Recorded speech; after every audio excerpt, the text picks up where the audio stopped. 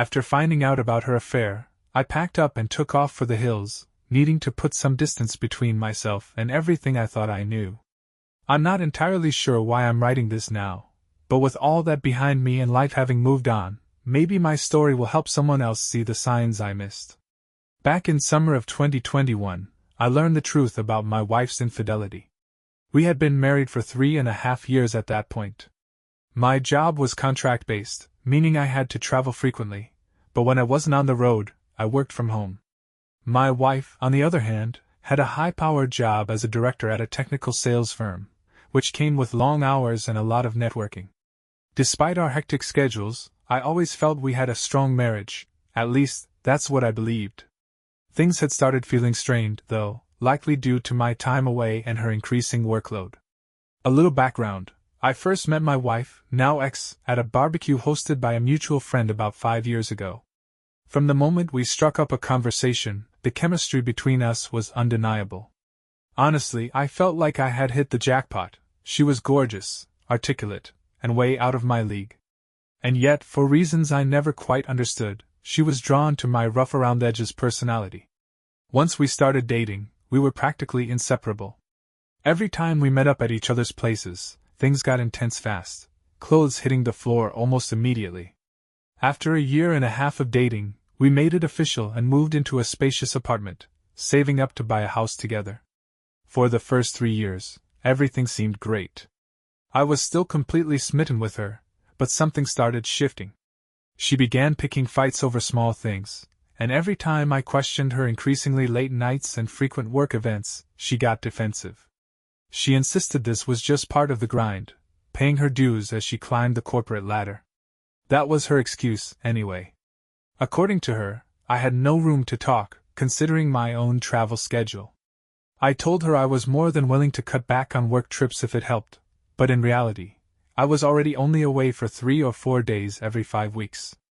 These conversations never went anywhere. Every time we talked about it, it felt like running in circles. Looking back, I was completely in the dark about her affair. I had no reason to suspect anything, except for the increasing late nights and the fact that our once passionate love life had dwindled to nearly nothing. I chalked it up to her being exhausted from work, but deep down, the constant rejection started eating away at me. I never saw any secretive texts or anything suspicious. Then again, she had a work phone, and she spent a lot of time holed up in the spare bedroom that doubled as her home office. It wasn't until September of late 2021 that I started noticing a real pattern. She would come home after work, then almost immediately head back out for some kind of work event. At first, it was once a week. Then, it became 2, sometimes 3 nights a week. I'm not the jealous type, but my wife was a woman who turned heads, and I knew for a fact that she had to deal with attention from men at the office. She claimed to be focused on work, but her job placed her in rooms filled mostly with male executives. The first real red flag showed up a month before everything unraveled. She had stopped at the store on her way home and asked me to help bring in the groceries. When I grabbed a couple of bags from the back seat of her car, something caught my eye, a glimpse of pink peeking out from under the front passenger seat. I reached down and pulled it out. It was one of her bras. I knew it was hers. She had a preference for a particular brand, and I recognized it immediately. But my stomach twisted in a way I couldn't explain. My wife had a habit. Whenever she was in the mood, the first thing she'd do was take off her bra underneath her clothes. I couldn't make sense of why it would be under her seat, and no matter how hard I tried to rationalize it, a sick feeling settled in my gut. Instead of confronting her, I slid it back under the seat and went inside. My heart was pounding so hard it felt like my chest might explode. The second I stepped into the kitchen, she gave me a once-over and frowned. "Are you okay? You look like you've seen a ghost." I forced a smile, brushed it off, and tried to act normal. But inside, something had shifted. That night and the next, I couldn't stop thinking about it. I started going back through all the little things I had ignored, wondering if I had been blind to the truth. The problem was, I had no proof. Just a gut feeling in that bra. Living in a big city, with her office in a downtown high-rise, meant I had no real way to track her movements. So, for a little while, I pushed the affair idea aside and focused on us. Maybe she just needed to feel special again. That Friday, I went all out. Cooked a nice dinner, set the table with candles and fancy silverware, picked up a bottle of good wine, and brought home a bouquet of roses.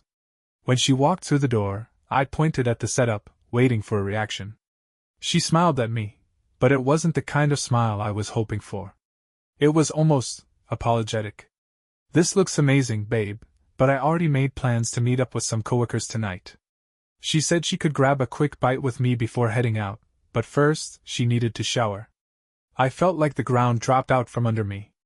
I can't even describe the level of frustration boiling inside. I won't lie, I was furious. But instead of blowing up, I swallowed it down and made a decision. While she was in the shower, I grabbed my work phone and slipped it into the back seat of her car. Lately, I'd been considering ways to confirm my suspicions, and this seemed like the best way to track her movements using my personal phone. Then I walked back inside and tossed the entire dinner, food, flowers, everything, straight into the trash. When she came back, looking stunning as usual, she clapped her hands together. "All right, let's eat." I shook my head. "Never mind. Go ahead and meet your friends." She tilted her head confused. "Are you mad?" "More like disappointed," I admitted. "You never want to spend time together anymore." That set her off. She snapped at me, told me to quit acting like a child, and made some sarcastic remark about my short fuse. I stood there, absorbing every word, then finally let out a bitter laugh. "Foolish me. I thought you might actually want to spend an evening together for once." She just rolled her eyes, grabbed her purse, and stormed out. As soon as she left, I pulled out my phone and started tracking the work phone I had planted. Sure enough, it showed her stopping about 20 minutes away at a bar she often went to with her colleagues. I didn't hesitate. I got in my car and drove straight there. When I arrived, I parked across the street and scanned the area. Her car was right there in the lot. For a while, I sat there, debating whether I was losing my mind. I felt like a stalker, but at the same time, I needed to know the truth. About an hour later, my stomach dropped. She walked out of the bar, laughing, her hand brushing against the arm of another man. He was one of the executives from her company. I had seen him before. He grabs her, pulls her in close, and kisses her right in front of me. My stomach twists into knots, and a wave of numbness spreads through my body. Without hesitation, they walk over to another car and climb in together. As their car pulls away, I do my best to follow. They don't go far, just about 10 minutes down the road. And where do they end up?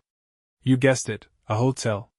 I pull over on the street nearby and watch as they step out, their fingers interlocked, heading inside without a care in the world. That's it. I've seen more than enough. I feel like the biggest fool alive. My hands ball into fists, and before I know it, I'm pounding the steering wheel in frustration. Something inside me just shuts down, like my mind blanks out completely. I can't even tell if I blacked out for a second or if I had some kind of out-of-body experience. When I finally snap back to reality, only one thought crosses my mind: I need a drink. And that's when my life took a turn I never could have predicted. Without thinking, I just start driving, heading out of town, replaying everything I had just witnessed over and over in my head. I hate to admit it, but I was crying with anger, frustration, and heartbreak. I don't stop until I've put about 30 miles between me and that nightmare. That's when I spot a small, quiet bar on the outskirts of town and decide to pull in. I take a seat at the bar and order a drink. I must have looked like a complete wreck because the bartender, a woman, gives me a once-over and says, "You look like someone just knocked the wind out of your sails." I force a weak smile and reply, "Yeah, you could say that." Not long after, a guy takes the stool next to me and strikes up a conversation. I'm not really in the mood to talk, but for some reason, there's something about him that makes me feel at ease. Before I know it, we're chatting, and after a while, everything just comes spilling out. How I caught my wife cheating, how I just want to leave her and never look back. He listens, then slaps me on the back. "Buddy, you're not alone," he says. "Same thing happened to me a few years ago. And let me tell you something, these things happen for a reason. Right now you've got a choice. This can either break you, or it can set you free. It's all up to you." His words hit me like a freight train. He's right.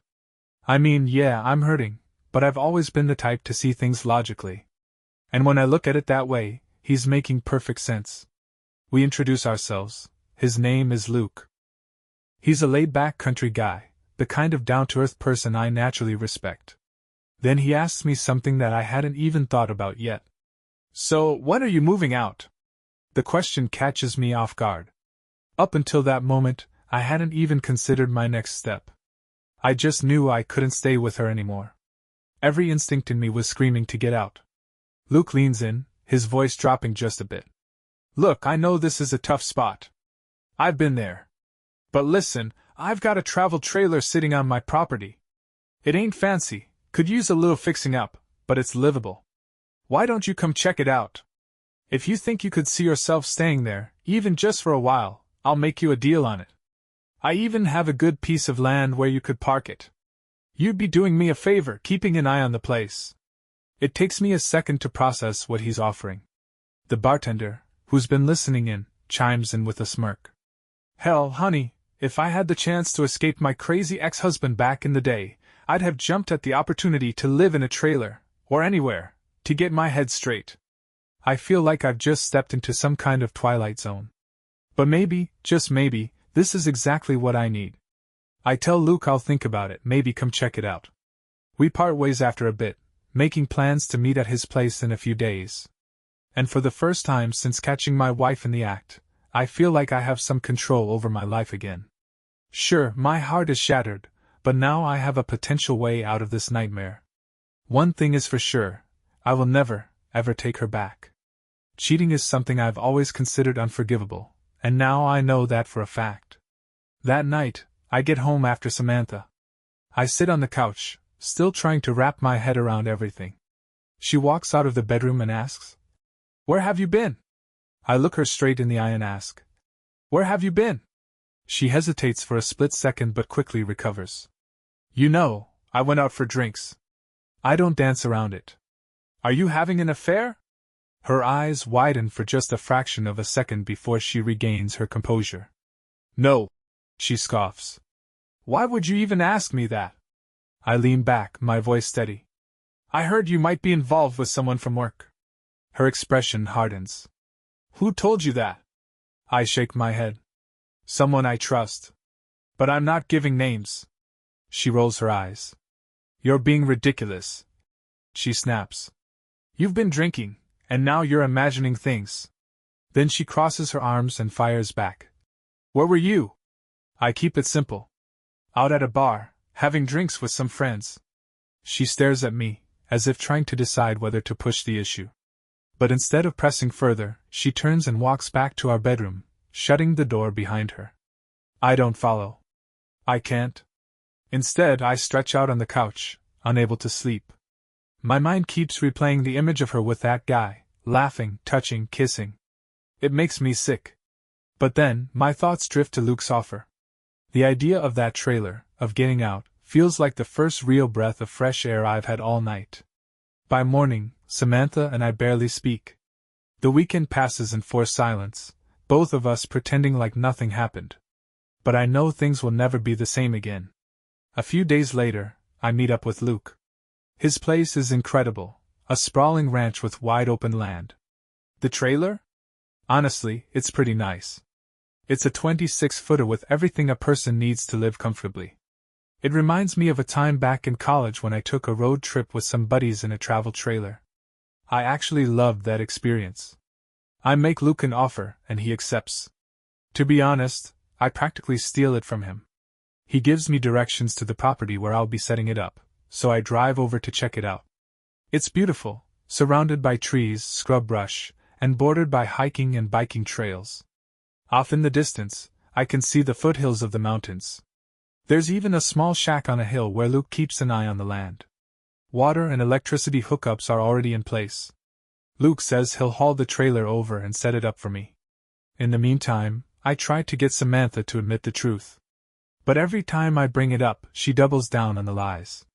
The gaslighting is so over the top, I almost have to laugh. I should have taken pictures when I had the chance, proof that would have left her with no way out. But at this point, I don't need proof. I already know the truth. I've made up my mind, I'm done with this marriage. Instead of telling Samantha my plans, I start moving in silence. Little by little, while she's at work, I pack up my things and take them to the trailer. And with every trip, I feel a little less trapped, a little more in control. I don't know what comes next. But at least now, I have an exit. I started noticing a shift in Samantha's behavior during this time. She was suddenly acting a lot nicer around me. But in my mind, it was way too little, way too late, especially since she kept up with her so-called company outings after work. It occurred to me that I needed a break too. So, on one of those evenings when she was getting ready to go out, I decided to get dressed around the same time. She glanced over at me and asked where I was heading. I simply told her I was meeting some friends. She started to pry, but I cut her off with the same excuse she always gave me: she didn't know them, and she wouldn't enjoy all the shop talk. That was usually enough for her when I asked to tag along to her work events, so I figured it was only fair. She gave me this almost hurt look and said, "Okay, have a nice time." I smiled and told her, "I definitely will." Between fixing up the trailer and hanging out with Luke at the bar, I started meeting more people. Before I knew it, I was making friends, good people, the kind you could count on. Through Luke, I got introduced to a great group of his friends and family, and those nights out turned into some of the best times I'd had in a long while. And just to set the record straight, I made sure to keep my drinking in check. It would have been too easy to lose myself in a bottle, drowning in self-pity. Around this time, Samantha mentioned she had a work trip coming up the following week. I casually asked who was going, and she listed off some executives and department heads. I just looked at her and, without thinking, said, "Hope you have a great time with your boyfriend." The words were out before I could stop them, and they immediately sparked a huge argument. Part of me regretted saying it, but another part? Not so much. In truth, I didn't know much about the other guy, and maybe that's what bothered me. But as Luke once told me, it doesn't matter who he is. What matters is that she made the choice to step out on you. She burned the marriage down. She can own it or deny it, but facts are facts, brother. And damn, was he right. Luke really should write a book for betrayed spouses. Her trip turned out to be the perfect opportunity for me to move out completely. The morning she left, I gathered up everything I had of value: clothes, work computers, and a few personal items. No furniture, no keepsakes from our life together. Before walking out that door for good, I had written her a long letter but, after reading it over, decided it wasn't worth the effort. Instead, I grabbed a blank piece of paper and scrawled 4 simple words. "I hope it was worth it."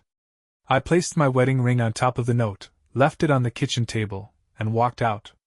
The second that door shut behind me, I felt lighter, like a massive weight had finally lifted off my shoulders. No more hiding the truth. I knew there'd be emotional baggage to unpack, and healing wouldn't happen overnight, but at least now, I had the time and space to start moving forward. I didn't need to hear her side, her excuses, or her gaslighting anymore. The marriage was over, and so was the woman I thought I knew. We had been saving for a house, talking about a future together, maybe even kids someday. All of that was gone now. No going back. I didn't owe her a damn thing. She could deal with the fallout on her own. I had no immediate plans. I didn't rush to hire a lawyer or file paperwork. I just wanted clarity. And to be honest, I was loving my new setup. The fresh mountain air did wonders for my headspace. That first week, I started running again, and man, did it feel good to be alive. I ignored all of Samantha's texts while she was away. There was nothing to respond to. Just the usual updates. "We just landed, team dinner tonight," along with a few "Where are you?" and "Let me hear from you" messages. But the day she got home, my phone exploded with calls and texts. I didn't answer a single one. The first day, she blew up my phone nonstop. Then I hit her with the part one had never said out loud before. "You think I'm an idiot? I followed you one night. I saw you go into a hotel with him." I realized people were starting to stare, so I lowered my voice. She sobbed, reaching for my arm. I let her cry into my shoulder for a moment before nudging her away. "I deserve all of this," she choked out. "I know I do. But can you at least let me take you to dinner?" Just talk to me a little longer. Please, John. I know you may not want to hear this, but I love you. I didn't realize how much until you left. I can't forgive myself. I don't want to forgive myself. She started hyperventilating, sobbing uncontrollably.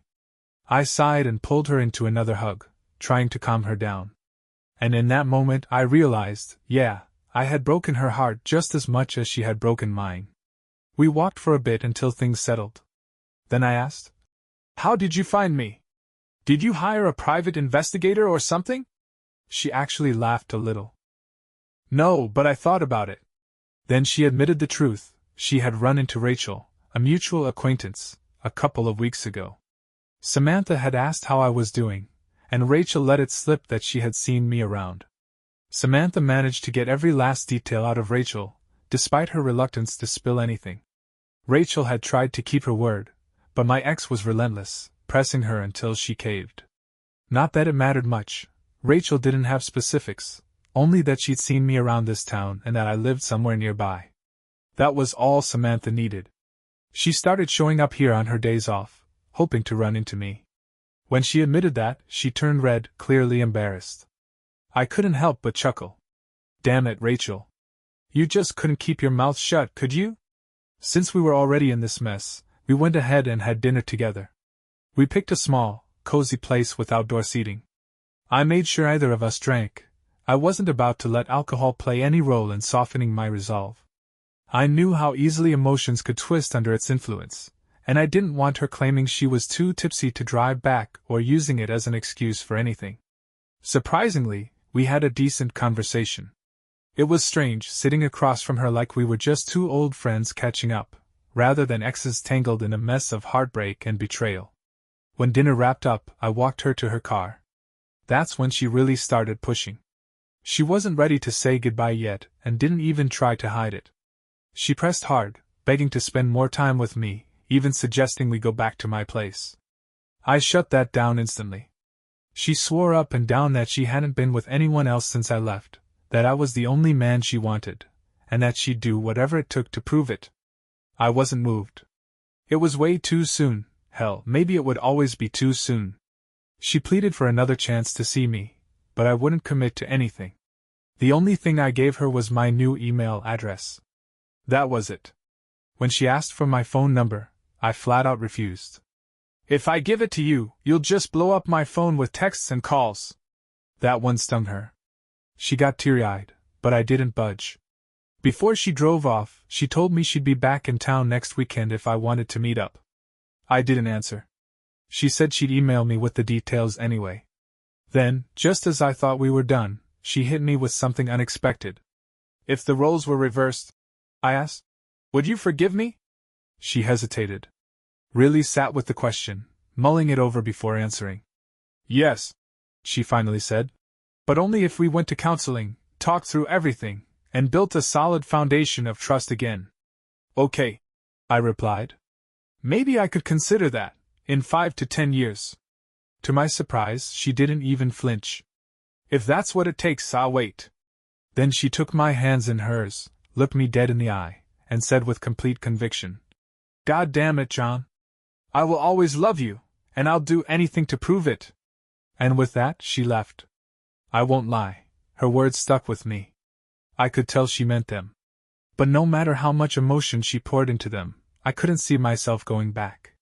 Not even as a casual thing. Maybe, just maybe, we could be friends one day, but beyond that? No chance. I went home, went for a long run, cracked open a couple of beers, and let my mind settle. I felt good. I felt like I was in control of my life. But could I guarantee she wouldn't come back and try to ruin that? No. I had no idea what she would do next. And honestly, that uncertainty was what kept me at a distance. I had the luxury of time, and I planned to use it to sort out my thoughts and get a clearer perspective. Now, I don't expect to give any more updates after this, but I wanted to put this all out there for anyone who's been following along. I originally posted my story on Reddit, but the mods kept taking it down. So here's the final chapter. Yes, my ex-wife found me after over a year of no contact. And yes, her goal was to reconcile, to start fresh, to somehow undo the past and rebuild what we lost. But for those of you who assumed I'd cave, that I'd be some blue pill fool who'd fall back into her arms and forgive everything, sorry to disappoint you. That didn't happen. She sent me a long, heartfelt email this past week, pouring out her love, her remorse, her regrets. She wanted to visit again, to spend the weekend with me. I shut it down. I've built a life for myself that I'm happy with. I live on my own terms in a remote location, keeping things as simple and stress-free as possible. I've surrounded myself with good people, enjoyed the company of a few women, and at 32, I don't feel any rush to change my path. I responded to her email with complete honesty. I told her I had no desire to reconcile. That the trust was broken beyond repair. That, at this point, I didn't even know who she was anymore. I wished her well and left the door open, just slightly, for a possible friendship down the road. Maybe. Someday. But nothing more. That vague response frustrated her to no end. And that's when she finally revealed her true intentions. She had accepted a job offer several states away. Her whole plan, her whole reason for tracking me down, wasn't just to make amends. It was to convince me to move with her. She knew I worked remotely, knew I could live anywhere, and thought that if she could just get me to agree, we could start over somewhere completely new. She was running out of time. Her move was happening soon, and she needed me to make a decision before it was too late. Lucky for me, I had a business trip coming up. I'd be out of town for a week, and by the time I got back she'd be gone. And that, my friends, was that. I imagine I'll get a few more emails before she finally lets go, but I know she will. She has no choice. The window of opportunity she thought she had is now closed. Eventually, she'll realize that, accept it, and move on. And if she doesn't? Well, that's not my problem. So, to anyone out there going through something similar, just know that life goes on. You don't have to cling to someone who betrayed you. You don't have to wallow in the past. Move forward. Take control. Find your own happiness. And never, ever settle for less than you deserve. Good luck to you all.